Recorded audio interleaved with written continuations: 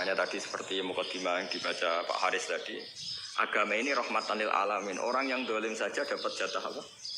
Rahmat, apalagi yang soleh. Nah kemudian yang perlu dicatat, kenapa kita menjadi enjoy dengan Islam? Islam itu adalah agama yang tidak didikte oleh materi. Jadi kalau Anda ingin makan enak, mungkin kalau pikiran kebanyakan orang, anak-anak muda yang milenial, yang gaul, ingin makan enak ya makan yang disukai. Misalnya sate atau bakso Malang atau apa. Kalau orang-orang yang jadi wali gak gitu cara berpikir, ini yang masih orisinil. Ditanya, ini dunia baru kesulitan makanan, baru resesi. Cara makan enak gimana? Jawabannya lucu. Ya gampang, idamuhu alju. Idam itu lauk. Kalau kamu ingin makan lauknya paling enak apa? Alju. Kamu harus lapar banget. Sampai kalau puasa itu melihat tempe itu wah, luar biasa. Tapi kalau kamu nggak puasa, air putih itu nggak menantang. Tapi kalau puasa, tempe air putih itu menarik dan Anda tetap lahap. Apa? Karena lauk terbaik adalah alju, yaitu lapar. Nah tapi kita ini enggak, kita ini kayak orang bodoh. Kayak orang bodoh tadi, profesornya makan nyaman ya kalau sesuai selera. Nah itu kan sama dengan anak-anak ABG. Anak ABG itu makan lahap ya kalau yang disukai.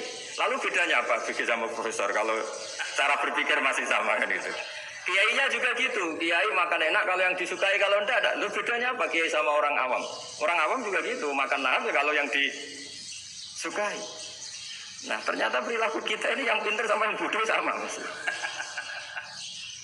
Kalau kamu ingin berkasta lebih baik, itu cara makan enak itu apa? Idamuhu aljur.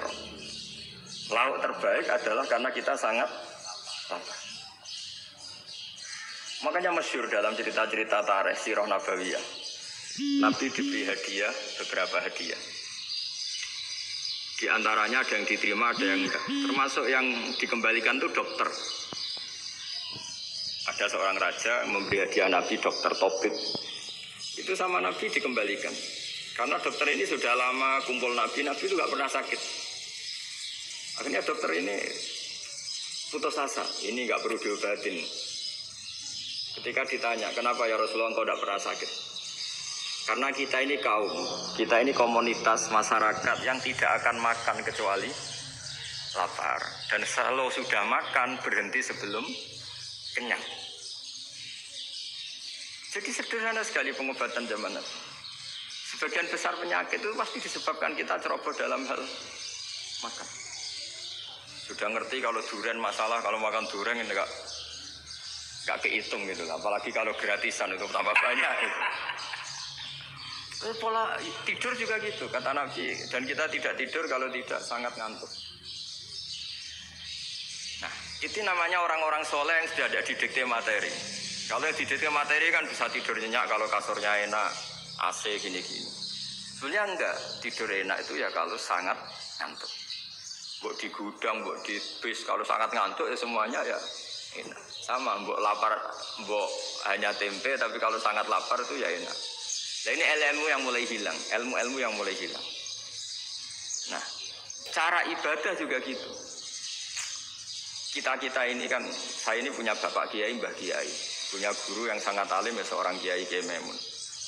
Itu dulu kita pengkaji ilmu itu tidak pernah tahu bedanya NU dan Muhammadiyah. Karena dulu Mbah Darwis itu Kiai Dahlan itu dulu ngajinya bersama Mbah Hashim ketika di Indonesia yang ngaji Mbah Soleh Darat. Mbah Soleh Darat itu dulu ngajinya sama buyut saya ke-6 namanya Mbah Soleh Asnawi di Kudus. Mbah Soleh Darat itu dulu alim-alimnya orang Jawa ya Mbah Soleh Darat, Soleh bin Umar. Tempatnya di Semarang, tapi beliau itu sebenarnya orang Jepara yang dekat Kudus. Setelah di Mekah, Mbah Hashim ini mondoknya ya, mulazimnya ke Syekh Mahfud Termas.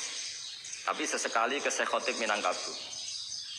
Nah yang Mbah Ahmad Dahlan lebih sering ke Syekh Khotib Minangkabau, sesekali ke Mbah Mahfud. Singkat cerita, karena Syekh Khotib Minangkabau sudah modern ya, terlibat organisasi dunia. Pas itu beliau pengagum Muhammad Abduh, pengagum Rasid Ridho. Sehingga bawaannya Mbah Dahlan itu lebih pergerakan karena beliau lebih ngidolakan Syekh Khotib. Nah Syekh Khotib sendiri sebenarnya orang Minangkabau. Jadi beliau namanya Muhammad saja. Jadi menantunya orang Arab. Oh itu dicibir mertuanya ini karena punya mantu orang Jawa, orang ndak Arab. Singkat cerita terus si mertuanya bilang gini, kamu jangan pernah bilang kalau orang Arab itu mansa kanal Arab, orang yang bertempat di Arab. Walakin mantakallama bi Arabiyyin fasihin, tapi orang bisa ngomong Arab secara fasih. Singkat cerita kalau kamu tidak percaya, nanti suatu saat menantu saya kalau Jumatan, tidak usah kamu kasih tahu, langsung suruh jadi khotib. Nggak usah kamu kasih tahu, sarannya nggak usah kamu kasih tahu. Kalau sekarang kan enggak. Kalau dosen mau jadi khotib kan mengumpulkan materi dulu. Lucunya di antara materinya itu dari TV. Makanya jadi ribet kan khutbah sekarang. Kalau musim corona ya akan ngomong corona, musim apa yang ngomong apa. Jadi lagi-lagi didikte oleh media. Sebenarnya kalau ngomong kan sesuai kebutuhan umat, ini obatnya apa. Tapi nggak sesuai trending topik, itu kan kayak anak-anak gaul. Ini dokter kok gitu kan aneh. Singkat cerita